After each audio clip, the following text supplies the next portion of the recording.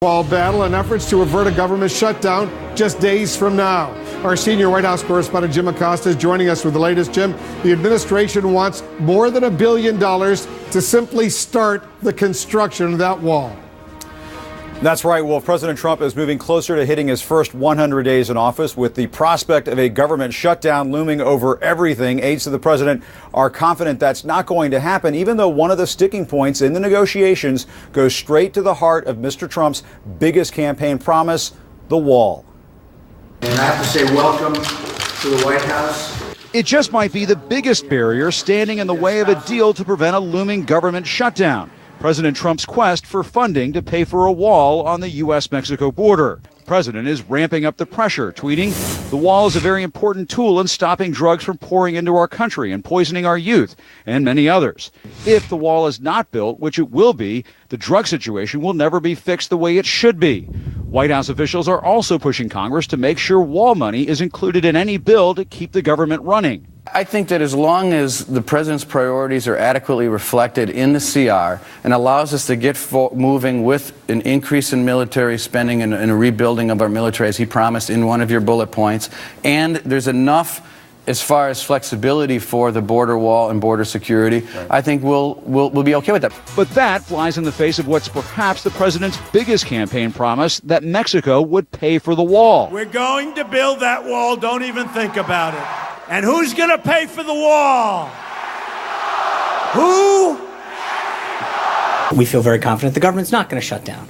White House Press Secretary Sean Spicer insists the president isn't going back on his word. Jim. On the wall, why is there even discussion about shutting down the government over paying for the wall? Isn't Mexico supposed to pay for the wall? Well, I think, Jim, the president has made very clear that initially we needed to get the funding going, and there's be several mechanisms to make sure that that happens.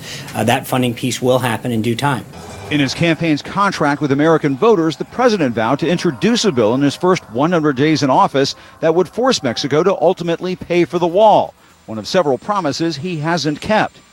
Now the White House is releasing its own 100 days highlights, listing the military strike on Syria, the administration's still frozen travel ban, his Supreme Court pick, and efforts to help women and minorities, nearly all stemming from executive actions.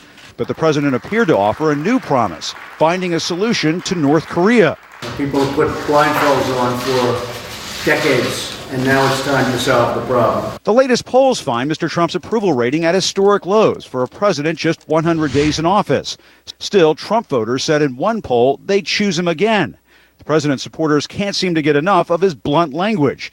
Consider what he said to an astronaut on the space station when told a manned mission to Mars would have to wait until the 2030s. The president said, "That's not fast enough." Well, we want to try and do it during my first term or at worst during my second term. So we'll have to speed that up a little bit, okay? The White House is also looking to make a big splash on Wednesday with the president's tax reform proposal.